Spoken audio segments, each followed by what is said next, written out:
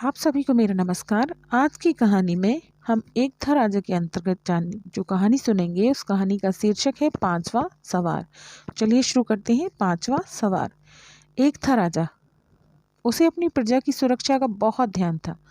प्राय रात को सबकी सो जाने पर वह वेश बदलकर महल के बाहर निकलता और शहर में गश्त लगाकर देखता कि सब कुछ ठीक है या नहीं। एक रात वह इसी तरह गश्त लगाकर उसने देखा 4 चोर एक ऊंचे मकान में चोरी करने के लिए कदम लगा रहे हैं। चारों ने उसे आते देखा तो ठिठक गए। एक चोर ने आगे बढ़कर उसे पकड़ लिया और उससे पूछा, कौन हो तुम? राजा ने जवाब दिया, जो तुम वही मैं। चोरों ने पूछा, क्या मतलब? राजा ने हंसकर कहा, मैं पांचवा सवार हूँ। चोरों ने डांट कर कहा, साफ साफ कहो। राजा ने कहा, भाई अब भी नहीं समझे? अरे भाई, मैं भी चोर हूँ, अकेला हूँ, इसीलिए तुम लोगों का साथी बनना चाहता हूँ ताकि पांचवा सवार कहला सकूं। तब एक चोर ने कहा, अच्छा, तुम्हारे अंदर ऐसी क्या विशेषता है जो हम तुम्हें अपना साथी बनाए? राजा ने कहा, पहले तुम लोग अपनी अपनी विशेषताएं बताओ, तब मैं भी अपनी बताऊंगा। पहले चोर ने कहा, घर में घुसते ही मैं बता देता हूँ कि माल मता किस कमरे में और किस संदूक में रखा। दूसरे ने कहा, कितना भी मजबूत ताला क्यों ना हो, मैं उसे चुटकी बजाते ही तोड़ सकता हूँ। तीसरे ने कहा, मैं माल समेटने में उस्ताद हूँ, माल हाथ लगते ही मैं चोरी की जगह से ऐसे गायब होता हूँ जैसे दिन के उजाले में उल्लू। चौथे ने कहा, मेरी व्यवस्था यह है कि मैं सुई गिरने तक की आवाज सुन लेता हूँ। जरा सी भी आहट होते ही मैं अपने साथियों को इशारा कर देता हूँ कि फौरन निकलो, खतरा है। अब सबने पूछा, अब तुम बताओ तुम्हारी क्या विशेषता? राजा ने कहा, भाइयों, मैं नया चोर हूँ, इसलिए चोरी की कोई कला नहीं जानता, मगर मुझे एक सिद्धि है। यदि मैं अपना सिर दाईं तरफ हिलाऊं तो उस आदमी को फांसी हो जाती है, और यदि बाईं तरफ हिलाऊं तो उसकी फांसी रुकवा सकता हूँ। अब बोलो, बनाओगे मुझे अपना साथी?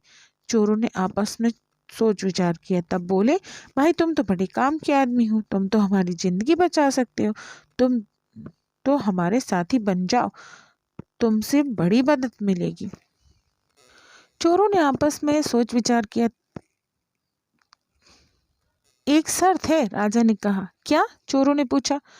मुझे चोरी के माल का आधा हिस्सा मिलना चाहिए, राजा ने जवाब दिया। हमें मंजूर है, चोरों ने कहा। अच्छा, अब चलो, आज की रोटी कमाए। आज हमें इस घर में चोरी करनी है। एक आदमी ऊपर जाएगा, 2 नीचे रहेंगे। बहुत अच्छा, राजा ने कहा, और पहले 3 चोरों के मकान में घुस जाने के बाद चौथे चोर को बातचीत में लगा लिया। वे बातचीत में इतने मस्त हो गए कि गश्त लगाते हुए पहरे के सिपाहियों को ना देख सके। पहरे के सिपाहियों को उन्हें इस तरह खड़े देखकर संदेह हो गया। उन्होंने उन दोनों को पकड़ लिया और शोर मचाने लगे।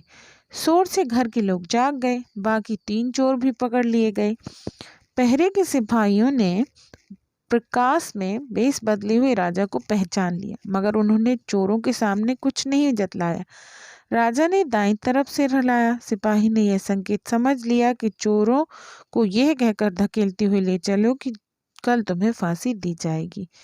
दूसरी सुबह दरबार में पेश किए गए। उस समय राजा अपने असली वेश में था। उसने चोरों से कहा, तुमने मेरे दाईं तरफ सिर का नतीजा तो देख लिया, अब बाईं तरफ सिर हिलाने का नतीजा भी देख लो। राजा ने बाईं ओर सिर हिलाया। सिपाहियों ने तत्काल चोरों को बंधन मुक्त कर दिया।